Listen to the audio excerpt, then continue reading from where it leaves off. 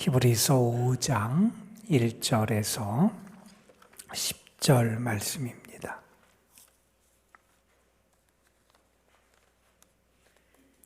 히브리서 5장 1절에서 10절 말씀, 오늘 우리에게 주신 하나님의 말씀 우리 함께 한 목소리로 받들어 읽겠습니다. 대제사장마다 사람 가운데서 택한 자이므로 하나님께 속한 일에 사람을 위하여 예물과 속죄하는 제사를 드리게 하나니 그가 무식하고 미혹된 자를 능히 용납할 수 있는 것은 자기도 연약에 휩싸여 있습니다. 그러므로 백성을 위하여 속죄제를 드림과 같이 또한 자신을 위하여도 드리는 것이 마땅하니라. 이 존귀는 아무도 스스로 취하지 못하고 오직 아론과 같이 하나님의 부르심을 받은 자라야 할 것이니라.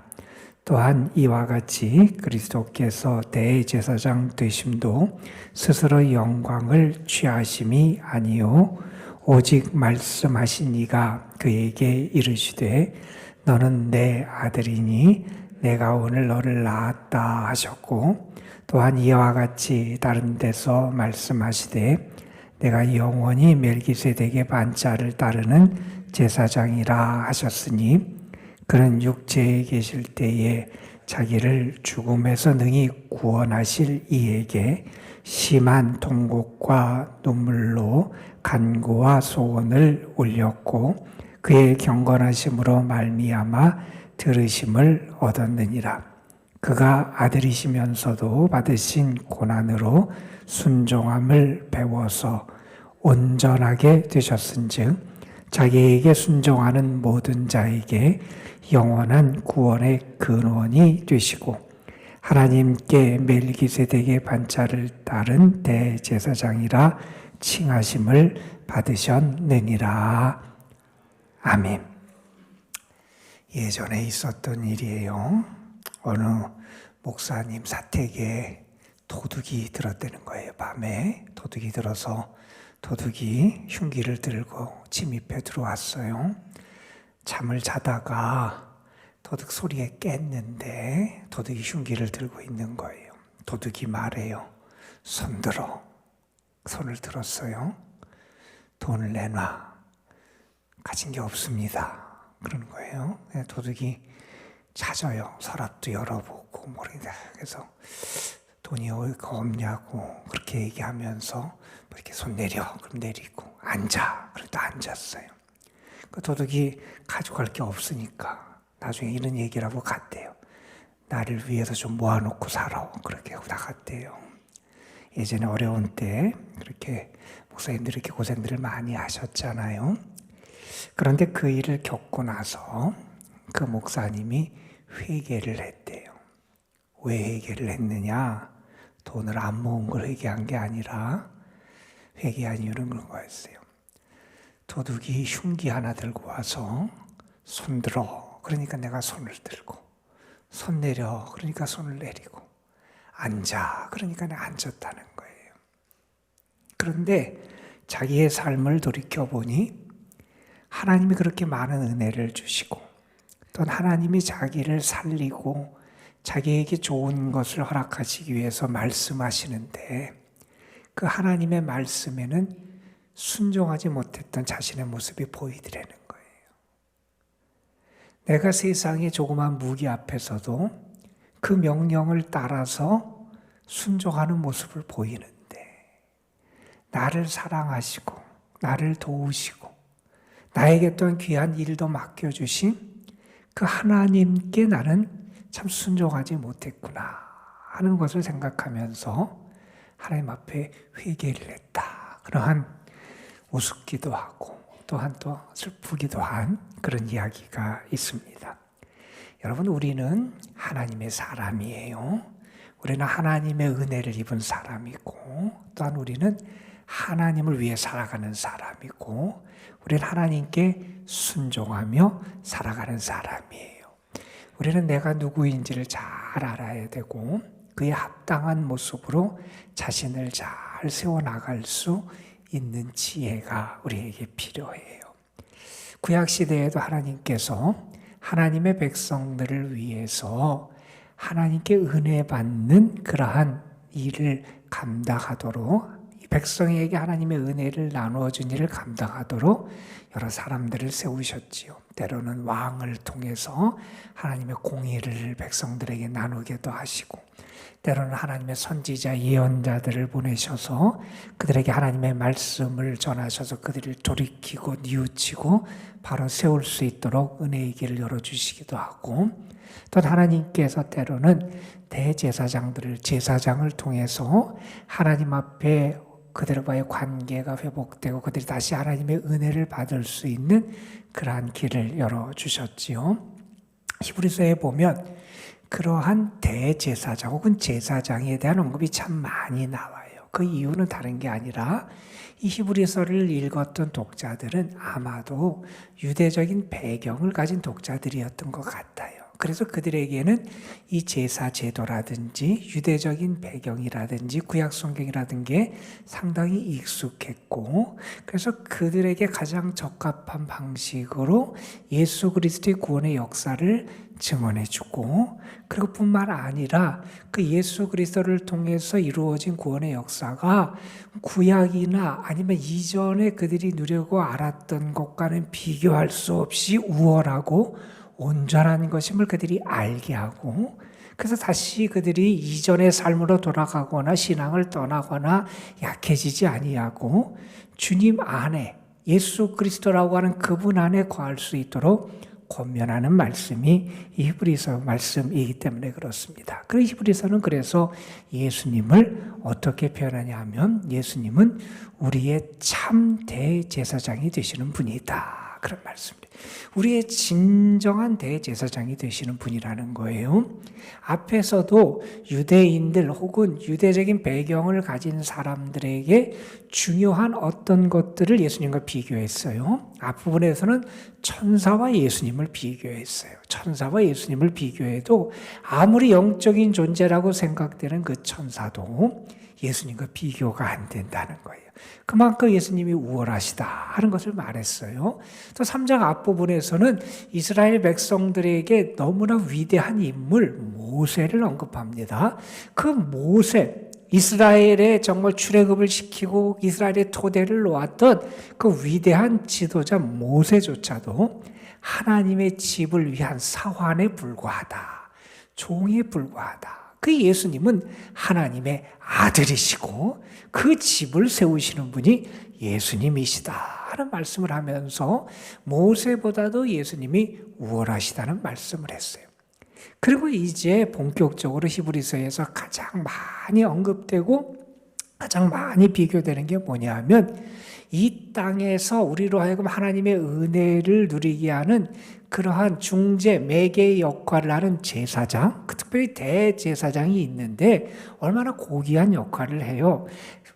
그 대제사장이라고 하는 제사장이 그것은 다리를 놓는 역할이잖아요. 그런데 그 귀한 역할을 하는 대제사장, 그 대제사장보다 예수님이 우월하시다 하는 것을 설명해 주고 있어요. 본격적으로 우리 5장부터 이제 이 말씀이 계속되고 그 참된 대제사장이 되시는 예수님을 통해서 드려지는 제사가 이제 온전한 제사고 그 세상 그 어떤 것과 비교할 수 없는 우리의 구원을 완성하신 그러한 분이고 그러한 참 대제사장이 되신다 하는 것을 이제 설명하는 내용들을 우리가 계속해서 만나게 됩니다. 먼저 오늘 말씀해 보면 이 땅의 대제사장에 대한 이야기를 해요. 우리가 아는 것처럼 하나님께서 아론, 그래 그의 자손을 제사장 직분으로 세워주셨잖아요. 그래서 이스라엘에서 레위 지파가 제사장의 직임을 담당하게 되고 그중에 특별히 대제사장이 하나님 앞에 이스라엘 백성의 특별한 제사를 담당하는 역할을 감당하게 되잖아요. 우리가 이제 주일에도 얼마 후에 이제 보게 될 거예요. 대속죄일이라는 날이 있어요. 대속죄일에 대제사장은 이스라엘 백성 모든 사람의 죄를 하나님 앞에 용서받는 아주 거룩한 예식을 대표적으로 거행하는 그런 일을 1년에 한 차례씩 그 지성소에 들어가서 그가 대속죄를 하나님 앞에 거룩한 제사를 드리는 그런 일을 감당하는 게 대제사장인데, 그 제사장 혹은 대제사장도 어떤 사람이 세워지느냐? 오늘 말씀은 이런 얘기를 해요. 사람 가운데 택하심을 받은 자라는 거예요. 하나님이 사람 가운데 택한 사람. 그러니까 이 세상의 제사장도 그냥 자기가 하고 싶다 그래서, 아니면 그냥 자연적으로 되는 게 아니라 하나님의 부르심, 하나님의 택하심이 있어야 한다 하는 거예요. 그리고 그가 어떤 일을 하느냐? 하나님께 속한 일을 하는데 사람을 위하여 예물과 속죄하는 제사를 드리게 돼요. 예물을 드리고 백성의 죄를 용서받고 하나님과의 관계를 회복시키고 그들의 삶에 새로운 하나님의 은혜의 통로를 여는 그러한 일을 이 대제사장이 감당한다는 거예요. 그런 일을 감당하는 대제사장, 그런데 그도 연약한 사람이고 뿐만 아니라 그도 죄인이라는 거예요. 여러분, 내가 죄가 있기 때문에 그가 대속죄일에 하나님 앞에 드리는 그러한 제사에는 자기 자신의 죄를 용서받기 위한 제물도, 그 피도 올려드리는 거예요. 그래서 대속죄일에 드리는 제물에는 이렇게 돼요. 그 아론 계통의 제사장, 그 제사장들을 위한 속죄의 피도 올리고, 그 다음에 자기 자신, 내 자신이 죄인이기 때문에 이 제사장 자신을 위한 그런 것도 올리고, 이스라엘 모든 백성의 죄를 위한 그런 피도 하나님 앞에 드리게 되는 거예요. 그러니까 오늘 말씀에 이렇게 얘기해요. 3절에 보면 백성을 위하여 속죄죄를 드려요. 그런데 백성을 위해서만이 아니라 또한 자신을 위하여도 드려야 돼요. 왜? 그도 죄인이기 때문에. 그런데 어제 우리가 읽은 말씀에 보면 예수님은 우리와 똑같은 인간의 몸을 입고 이 땅에 오시고 우리와 똑같은 아픔과 고난과 시험을 당하셨지만 예수님은 죄가 없으셨다 그랬어요. 그래서 예수님은 자기 자신을 위한 그런 희생제를 드리실 필요가 없는 분이라는 거예요. 그러니까 이 대제사장은 백성을 위해서도 귀한 직임을 감당하는데 그도 역시 죄인이라서 그를 자신을 위한 제사도 하나님 앞에 올려드려야 한다는 거예요. 그게 이 땅의 대제사장의 모습이다 하는 거예요. 그러면서 4절에 이렇게 합니다. 이것도 존귀한 일이라는 거예요. 이것도 귀한 일인데 내 스스로 하고 싶다고 하는 게 아니라는 거예요.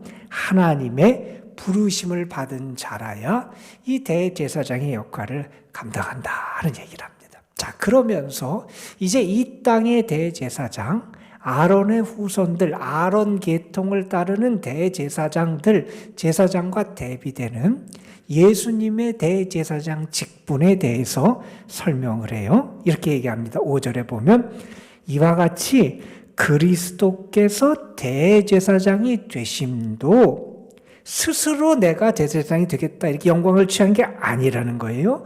예수님의 대제사장 되심의 근거가 어디에 있느냐? 거기 보면 5절에 말합니다.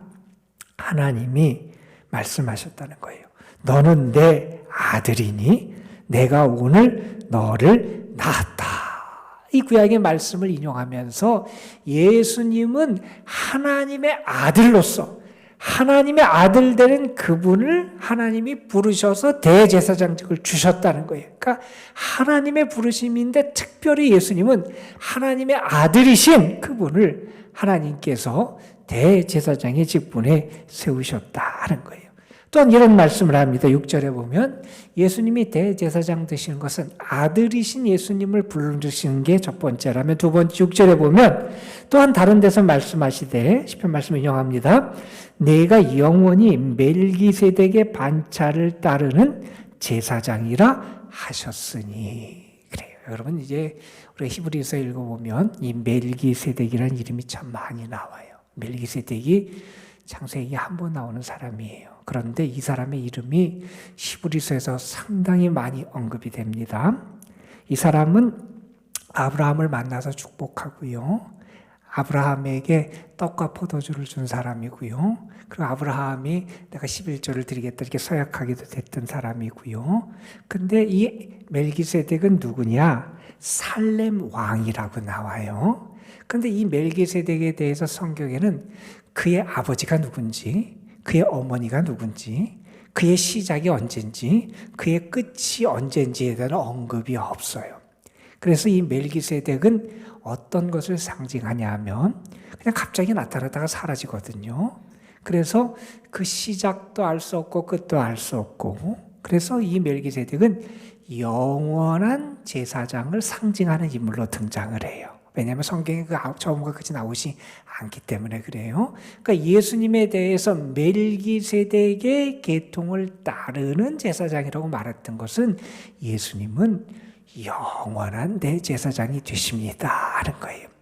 여기서 지금 둘을 비교해요. 인간, 그러니까 아론의 족보, 아론의 계통을 따르는 제사장이 있는데 이건 영원하지 않잖아요. 대제사장이 살아있을 때 하다가 그가 죽으면 또 다른 데 이어지게 되잖아요. 그런데 예수님은 멜기세덱의 계통을 따른다라고 하는 것은 예수님은 영원한 대제사장이라는 거예요. 그래서 예수님이 영원하시다라는 표현이 히브리서에서 그래서 등장하는 거예요. 예수님은 멜기세덱의 계열을 따르는 영원한 대제사장이 되시는 거예요. 그러니까 인간의 제사장과 비교해서 인간 제사장은 죄가 있는데 예수님은 죄가 없는 분이고 또 예수님은 영원한 대제사장이고 그리고 예수님은 또한 하나님의 아들이시고 그래서 예수님은 우리에게 참된 대제사장이 되시는 분이 예수님이시다. 그런 얘기래요. 그 예수님을 뭐라고 표현하느냐? 9절에 이렇게 말합니다. 우리의 영원한 구원의 근원이 되시는 분이라는 거예요. 우리의 구원이 어디에서 있다? 예수 그리스도를 통해서 우리에게 이루어진다는 거예요. 우리의 구원의 영원한 구원이 예수 그리스도 안에 있고 예수 그리스도를 통해서 우리에게 성취되게 된다는 거예요. 그래서 그 예수님은 우리의 참 메시아 구원자가 되시는데 여러분 이 7절부터 오늘 말씀 10절 말씀에 보면 그 예수님에 대한 신앙의 고백을 여기에 또한 적는 내용이 여기 나와요. 그 예수님을 뭐라고 표현하고 고백하느냐 이렇게 말합니다. 7절에 보면 예수님은 육체로 계셨다는 거예요. 우리와 똑같은 인간의 몸을 입고 이 땅에 계셨다는 거예요. 그런데 그때 예수님의 모습을 이렇게 표현합니다. 중간에 보면 심한 통곡과 눈물로 간구와 소원을 올렸고 이런 말씀이 나와요. 이 땅에서 사셨던 예수님, 우리와 똑같은 조건과 한계 속에 계셨어요. 그리고 그분은 우리와 똑같은 시험을 당하셨어요. 그래서 통곡과 눈물로 하나님 앞에 간구를 올리셨어요. 인간의 육체를 입고 이 땅에 오시고 우리와 똑같아서 우리를 아시고 동정하시고 도우시는 분인데 그렇게 그분이 하나님 앞에 기도를 올렸고요. 그 다음에 어떻게 되시느냐? 그의 경건하심으로 말미암아 들으심을 얻었다. 하나님이 용납하시고 받으시고 기도에 응답하셨다는 거예요. 여러분 예전에 제사장이 제사를 드린다 그래서 하나님이 다 받으신 게 아니에요. 하나님이 받으시지 않은 것도 있고요. 또한 일반의 제사를 드릴 때 그 제사장이 용서받을 수 있도록 드릴 수 있는 죄도 제한돼 있었어요. 모든 죄가 아니에요. 고의적인 건 안 돼요. 그리고 율법에서 용서받을 수 있다고 정한 죄만 용서받을 수 있는 거였어요. 그런데 예수님의 그러한 제사는 다르거든요. 우리가 나중에 보겠지만 예수님은 우리의 모든 죄를 단번에 사하시고요. 예수님은 우리의 양심까지도 깨끗하게 하세요. 그 예수님의 제사, 예수님을 통한 구원의 역사는 온전하고 완전하고 아주 철저하게 우리의 죄를 사하시는 그러한 제사가 된다는 거예요. 그 하나님이 받으셨다. 그 제사를 받으시고 그 기도를 하나님이 받으셨다는 거예요. 그러니까 하나님이 받으시고 인정하신 그러한 제사 기도였다는 거예요. 그러고 말합니다. 그런데 그 예수님은 왜 어떤 믿음으로 하나님 앞에 기도했고 어떤 믿음으로 사셨고 예수님은 어떤 믿음을 우리에게 보여주셨느냐? 7절에 말합니다. 자기를 죽음에서 능히 구원하실 이에게. 예수님은 하나님의 구원을 믿었고요. 예수님은 하나님이 죽음에서 건지시는 분임을 믿었고요. 죽음의 자리, 사망의 자리도 다시 일으켜 살리시고 역사하시는 하나님의 역사하심을 믿으셨다는 거예요. 이게 예수님이 그래서 그 하나님께 간구를 올리고 그 하나님의 응답과 용납하심을 받게 됐다는 거예요. 자, 그런데 그렇게 하나님의 응답을 받으셔. 그리고 이 세상 걸 사셨던 예수님은 8절에 이렇게 말합니다. 아들이시면서도 고난을 받으셨어요. 왜요? 우리를 위해서 그러셨잖아요. 우리의 연약함을 담당하고 우리를 구원하시기 위하여 고난을 받으셨잖아요. 그 고난 받으심이 예수님의 순종함의 열매라는 거예요. 여러분, 그래서 고난으로 순종함을 배웠다는 거예요. 예수님 고난 받으심이, 여러분, 예수님이 그렇게 순종하셨던 건 뭐예요? 그 고난이 하나님의 뜻임을 믿었어요. 십자가를 지는 것이 하나님의 뜻임을 믿었어요. 그것이 하나님의 뜻에 의한 고난임을 믿으셨어요. 그래서 순종하며 그 길을 걸어가셨어요. 그래서 어떻게 되셨느냐? 9절에 보면 온전하게 되셨은즉, 고난을 당하심으로 우리의 구원을 성취하시는 온전한 메시아가 되셨다는 거예요. 그래서 그분은 우리에게 어떤 분이 되시느냐? 모든 순종하여 믿는 자에게 영원한 구원의 근원이 되시는 분이라는 거예요. 여러분, 계속해서 우리에게 말합니다. 우리의 구원은 예수님을 통해서라는 거예요. 그분이 우리를 도우신다는 거예요. 그분이 우리를 아신다는 거예요. 그분이 우리의 참 대제사장이 되신다는 거예요. 그분이 우리에게 보여주신 그 모습, 우리가 분명히 보라는 거예요. 그분이 어떤 믿음으로 사셨는지 보라는 거예요. 그분이 어떻게 그 길을 걸어가셨는지 보라는 거예요. 그분이 메시아로 온전히 구원의 역사를 이루신 그 모습이, 그 길이 무엇인지 확실히 알라는 거예요. 그리고 그분을 향한 믿음 가운데 서라는 거예요. 그걸 알아야 된다는 거예요. 그 믿음 가운데 바로 서야 요동치 않는다는 겁니다. 주님을 떠나서는 안 된다는 거예요. 우리에게, 우리의 참 구원자가 되시는 예수님 안에 거하기를 계속해서 권면하는 이 말씀을 보면서 오늘도 여러분의 참된 대제사장이 되시는 예수님을 여러분이 온전히 바라보고 생각할 수 있게 되길 간절히 소망합니다. 여러분, 예수님은 죽음에서도 건지실 하나님을 믿으셨어요. 하나님의 뜻이 어디 있는지 아셨어요. 그래서 고난으로 순종하셨어요. 구원을 성취하신 우리 영원한 구원의 근원이 되시는 분이에요. 그분 안에 승리가 있고요. 그분 안에 능력이 있고요. 그분 안에 생명이 있습니다. 오늘도 그분 안에 거하는 여러분의 하루의 삶이 되시기를 주님의 이름으로 축원합니다. 기도하시겠습니다. 감사 헌금 이석천 임순자 권사 가정, 이효자 권사, 표선이 권사 가정, 이한나 권사, 김범준 청년 가정, 11조 예물 이한나 권사. 아버지 하나님, 예수님께서 얼마나 위대하신 대제사장이신지, 예수님을 통한 구원이 왜 완전한, 그리고 예수님이 왜 우리의 구원의 근원이 되시는지를 설명하는 그 말씀을 우리가 함께 읽었습니다. 예수님은 하나님께서 죽음의 자리에서도 건지시고 살리시는 분임을 믿었고, 그 하나님의 뜻이 우리를 살리고 우리를 위한 거룩한 희생의 제물로 예수님 자신이 십자가의 길을, 고난의 길을 가시는 것임을 믿고 순종하셨고, 그래서 우리의 구원을 온전히 이루셨습니다.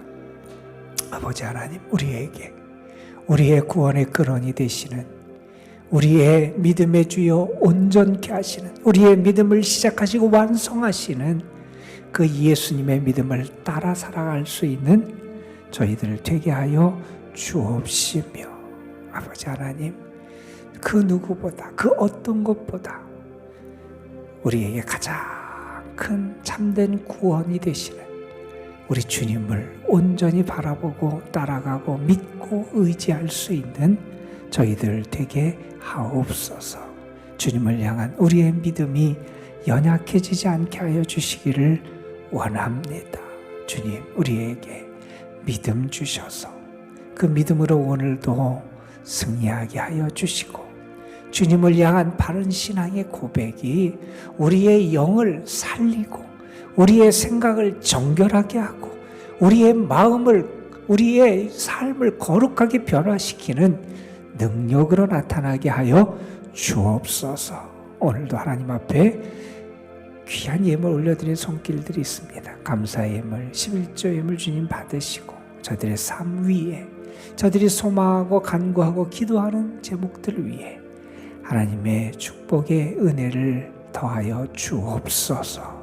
주님께서 눈물로 하나님 앞에 간구하시고 하나님이 들으셨듯이 이 시간 우리가 눈물로 기도하고 주의 이름 의지하여 기도할 때 하나님이 들으시는 은혜를 베풀어 주실 줄로 믿습니다.